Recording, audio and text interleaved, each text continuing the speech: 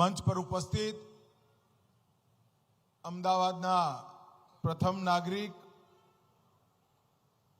Mayor Shrimati Pratibhaben Jain, Bharatiya Janata પાર્ટીના વરિષ્ઠ નેતા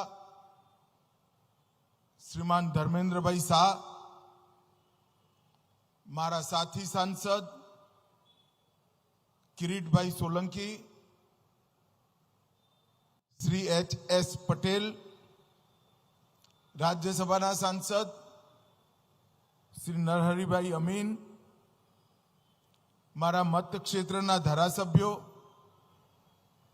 શ્રી હર્ષદભાઈ, જીતુભાઈ, અમુદભાઈ ઠાકર, મણિનગરના ધારાસભ્ય અમુલભાઈ ભટ્ટ, ધારાસભ્ય દર્શનાબેન વાઘેલા, ડેપ્યુટી મેયર ઘાટલોડિયાના શ્રીમાન જતીનભાઈ પટેલ, સ્ટેન્ડિંગ કમિટીના અધ્યક્ષ શ્રી દેવાંગભાઈ દાણી,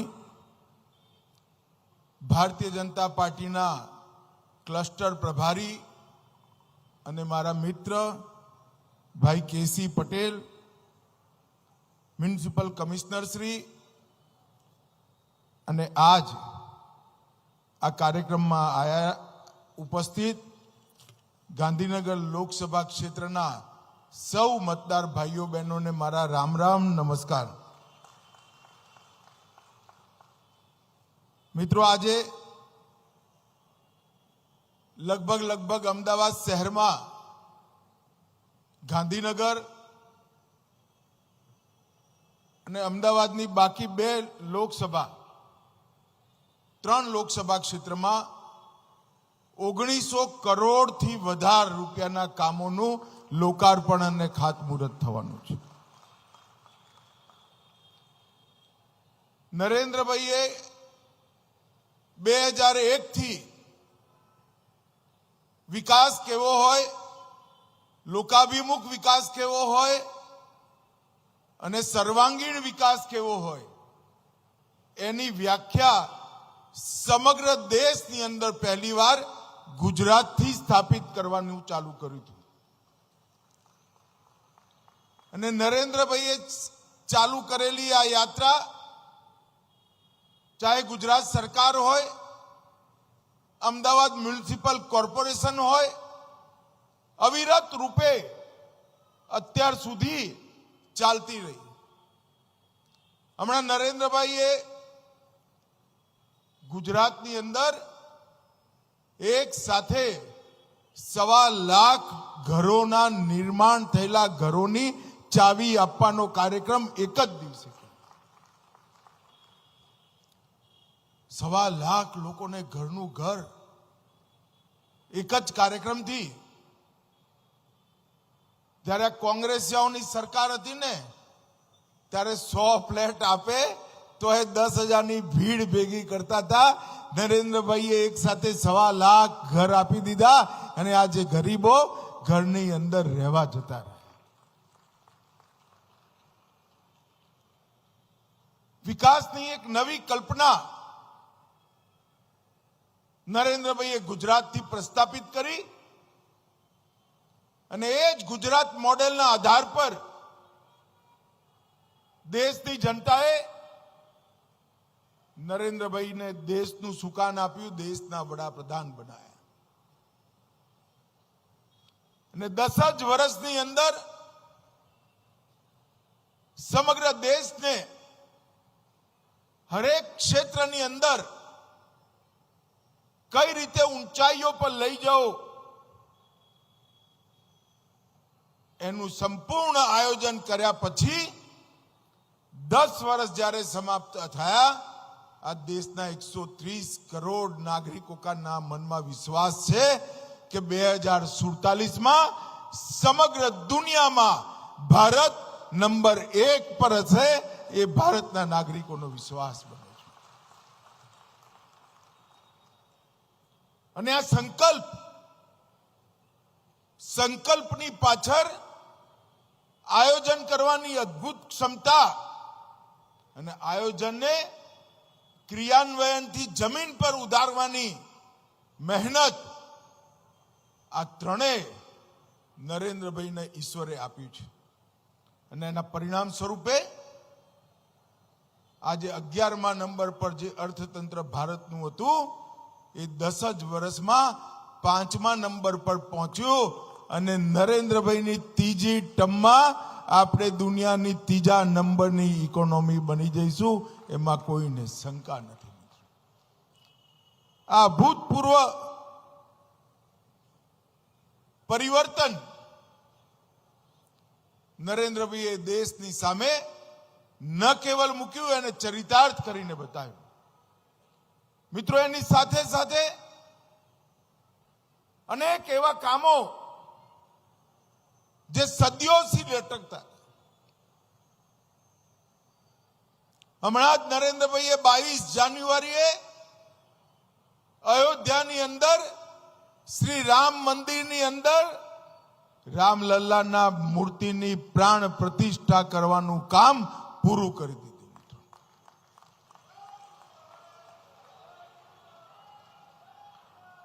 લગભગ 550 વર્ષથી દેશનો દરેક નાગરિક કાગડોરે રાહ જોતો હતો ક્યારે અયોધ્યામાં રામ મંદિરનું નિર્માણ થાય. ને હું ને તમે બધા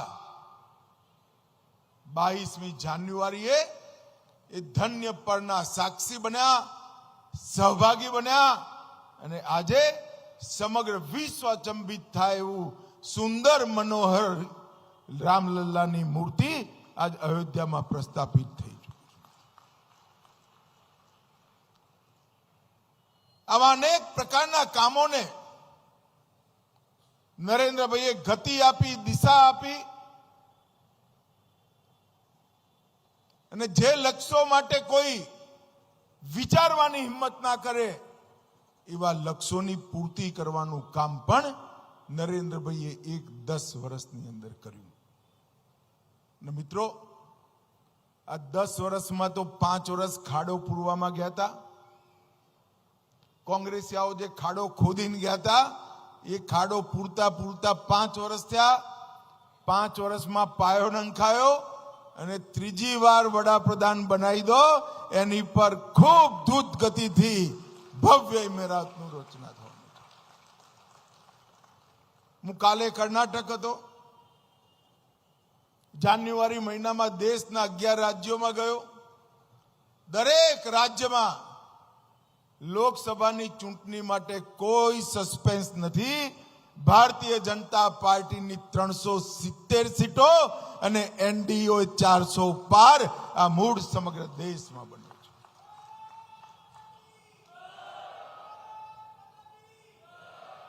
અને મિત્રો,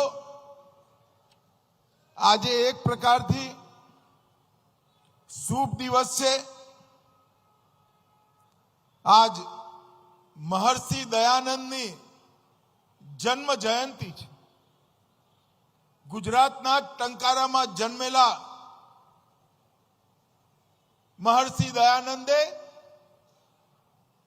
અનેક સદીઓથી વેદોના જ્ઞાન પર જે ધૂળ પડી ગઈ હતી એને ખંખેરીને વેદોનું ફરી એકવાર પુનઃ પ્રતિષ્ઠા કરવાનું કામ મહર્ષિ દયાનંદે કર્યું. સમગ્ર ઉત્તર ભારતમાં વ્યસન મુક્તિ, રાષ્ટ્રભક્તિ, આઝાદી, આપણી માતૃભાષા અને વેદોની તરફ પાછા વળવાની શરૂઆત એક પ્રચંડ આંદોલન દયાનંદ સરસ્વતીએ ચલાવ્યું. આ દયાનંદની જન્મ જયંતિ આજ હું એ તબક્કે દયાનંદ સરસ્વતીજીને મનપૂર્વક શ્રદ્ધાંજલિ આપી એમને યાદ કરવા માંગુ છું. મિત્રો, આજે ગાંધીનગર અને અમદાવાદની બંને લોકસભામાં ઈડબ્લ્યુએસ આવાસનો ડ્રો થયો. લગભગ 44 પ્રકલ્પ 891 કરોડ રૂપિયાનું લોકાર્પણ થયું. 26 પ્રકલ્પ 1058 કરોડ રૂપિયા એનું ભૂમિપૂજન થયું અને કુલ મિલાકર 1950 કરોડ રૂપિયાના કામોની શરૂઆત થઈ અને આમાંથી ગાંધીનગર ક્ષેત્રની અંદર 1000 કરોડના કામો થયા. હમણાં હું થલતેજમાં એક આરોગ્ય કેન્દ્રનું ઉદ્ઘાટન કરીને આવ્યો. એક દાતાએ આખું બિલ્ડિંગ મ્યુનિસિપલ કોર્પોરેશનને બનાવી આપ્યું અને જે પ્રકારનું આધુનિક આરોગ્ય કેન્દ્ર બન્યું છે એનાથી મને વિશ્વાસ છે કે જે લોકોને ઈડબ્લ્યુએસ આવાસ તો મળી ગયા પરંતુ સ્વાસ્થ્યની સેવાઓ નથી, એને પોતાની આજુબાજુમાં થલતેજ ક્ષેત્રની અંદર 25,000 ઈડબ્લ્યુએસ આવાસ બન્યા. 25,000. આ 25,000 નાગરિકોને મફત આરોગ્યની સંપૂર્ણ સારવાર ત્યાં આગળ મળે એવી બધી વ્યવસ્થાઓ મેં જોઈ છે. ત્યાં આગળ ખાલી આંખના ચશ્મા ઉતારવાનું મશીન અને એમઆરઆઈ નહોતું. મેં આવતા એક દાતાને વાત કરી, એમને એમઆરઆઈ મશીન અને આંખના ચશ્મા ઉતારવાનું મશીન પણ આપવાની વાત કરી. અને મેયર સાહેબ બેઠા છે, હું એમને વિનંતી કરવા માંગુ છું, એમઆરઆઈ મશીન આવે તો એના માટેનો સ્ટાફ અને આંખના મશીન માટે આઈ સ્પેશિયાલિસ્ટની જગ્યા પણ ત્યાં ઊભી કરજો તો છેક પશ્ચિમમાં જે રહેતા લોકો છે એમને વીએસ સુધી જવું ના પડે અને મફત સારવાર એમના ઘર આંગણે મળી જાય એવી સંપૂર્ણ વ્યવસ્થા થાય. સ્લમના પુનઃ વિકાસ માટે રામાપીરના ટેકરાના ઝૂંપડપટ્ટીમાં એકદમ મન ખુશ થઈ જાય એવા આવાસનું આજ લોકાર્પણ થયું.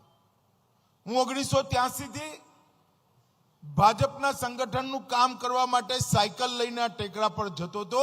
આજ હું એમને મળ્યો અને એમના નવા ઘર જોઈને મને પણ હૃદયમાં ખૂબ ખૂબ શાંતિ ને આનંદની અનુભૂતિ થઈ. એક બાળક ઝૂંપડપટ્ટીના વાતાવરણમાં ઉછરે અને એક બાળક સારા ઘરમાં ઉછરે તો એ બાળકના જીવનમાં કેટલું બધું પરિવર્તન આવે એની કલ્પના તો જે ઝૂંપડપટ્ટીમાં રહેતું હોય ગરીબ મા બાપને જ આવે. ભાઈ, આજે સૌના મોઢા પર એક ચમક, આંખમાં ખુશીના આંસુ અને ઈશ્વરની પ્રત્યે આભાર વ્યક્ત કરતા એ લોકોને હું મળીને આવ્યો છું. મને ખરેખર ખૂબ મનથી આજ શાંતિનો અનુભવ થયો છે. આજ અનેક પાણીની યોજનાઓ,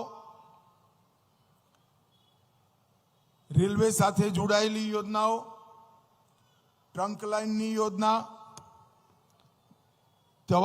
તળાવોના નવીનીકરણ, drainage pumping station, community hall, anganwadi, આ બધા કામોનું લોકાર્પણ થયું છે. મિત્રો, ખાતમુહૂર્તમાં પણ drainage line, trunk line, sewerage line, pump house, hot mixing plant, શાક માર્કેટ, સ્વાસ્થ્ય કેન્દ્ર, રીડિંગ રૂમ, આ બધા કામોના ભૂમિપૂજન પણ થયા છે. મિત્રો, હું એટલું જ કહેવા માંગુ છું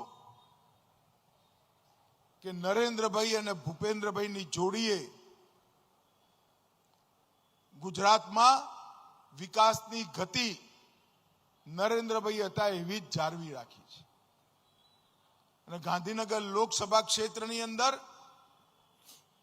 ચાહે હરિયાળી કરવાની હોય, ચાહે સ્કૂલોને સ્માર્ટ સ્કૂલમાં પરિવર્તિત કરવાની હોય, ઉત્તમ પ્રકારના રોડ બનાવવાના હોય, ગરીબોને આવાસ આપવાના હોય, સ્વાસ્થ્યની સુવિધાઓ બનાવવાની હોય, ખેલકૂદની સ્પર્ધાઓ કરવાની હોય, કે પછી મોટી મોટી ઇન્સ્ટિટ્યુશનો કેન્દ્ર સરકાર અને ભારત સરકારની લોકસભા ક્ષેત્રમાં લાવવાની હોય, દરેક કામમાં મ્યુનિસિપલ કોર્પોરેશન, ગુજરાત સરકાર અને ભારત સરકારે ખૂબ મદદ કરી છે.